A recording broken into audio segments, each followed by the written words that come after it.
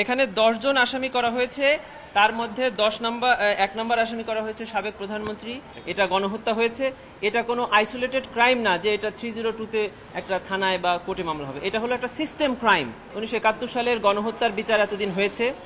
সেই আন্তর্জাতিক অপরাধ ট্রাইব্যুনালের তদন্ত সংস্থায় আমি একটি অভিযোগ এনেছি।